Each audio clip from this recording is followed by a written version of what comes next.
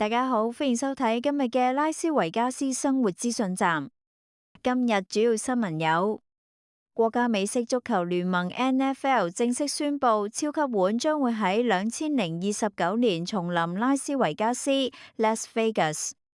聯邦法官裁決支持內華達州 Nevada 鋰礦開採項目，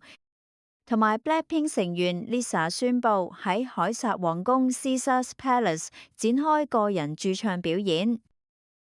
聽新聞最怕資訊過時，想每日第一時間掌握最準確嘅內華達州生活動態，請訂閱我哋嘅頻道並開啟小鈴鐺。你嘅支持係我哋持續創作嘅動力，請唔好忘記按讚、訂閱並且分享俾身邊嘅朋友。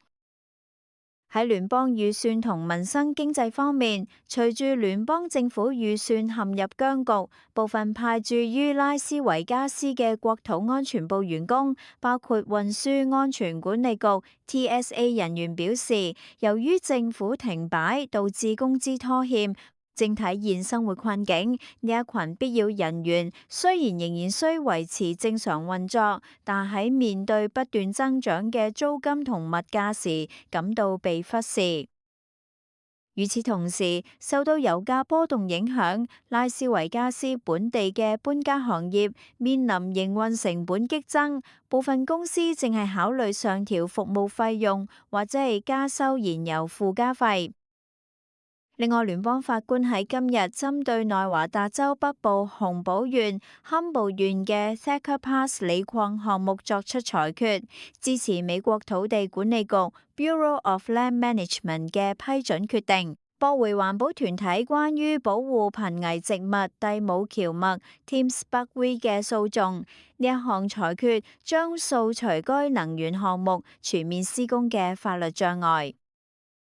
喺社區安全與政府服務方面，拉斯維加斯大都會警察局搜索與救援隊喺啱啱過去嘅時段內，與紅岩 Red Rock 峽谷與黃金打擊 Gold Strike 峽谷共執行咗4宗直升機救援行動，原因大多同脫水同高溫導致嘅體力虛脫有關。警方提醒居民喺極端高溫天氣下進行戶外活動，必須隨時補充水分。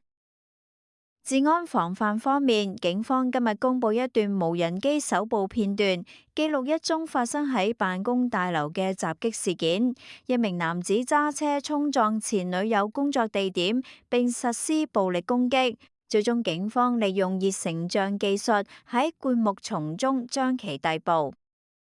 此外，布拉斯維加斯市政府今日正式啟用全新嘅護照處理中心。該中心位於布拉斯維加斯市政府大樓內，提供現場照相同申請受理服務，旨在緩解現有嘅服務預約壓力。喺體育與娛樂生活方面，國家美式足球聯盟 NFL 官方今日喺年度會議上正式宣布，第63屆超級碗 Super Bowl LX Ride 將會喺2029年重返拉斯維加斯嘅 Allegiant Stadium 舉行，預計將會為本地帶嚟超過10億美元嘅經濟效益。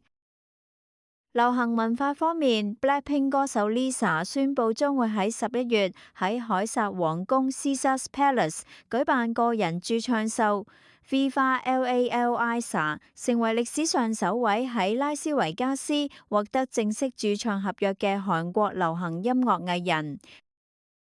另外，拉斯維加斯本地藝人 Marron Way 今日向聯邦法院提起訴訟，控告歌手 Taylor Swift 喺營銷中使用 showgirl 相關短語，侵犯其持有嘅商標權，要求賠償並申請永久禁令。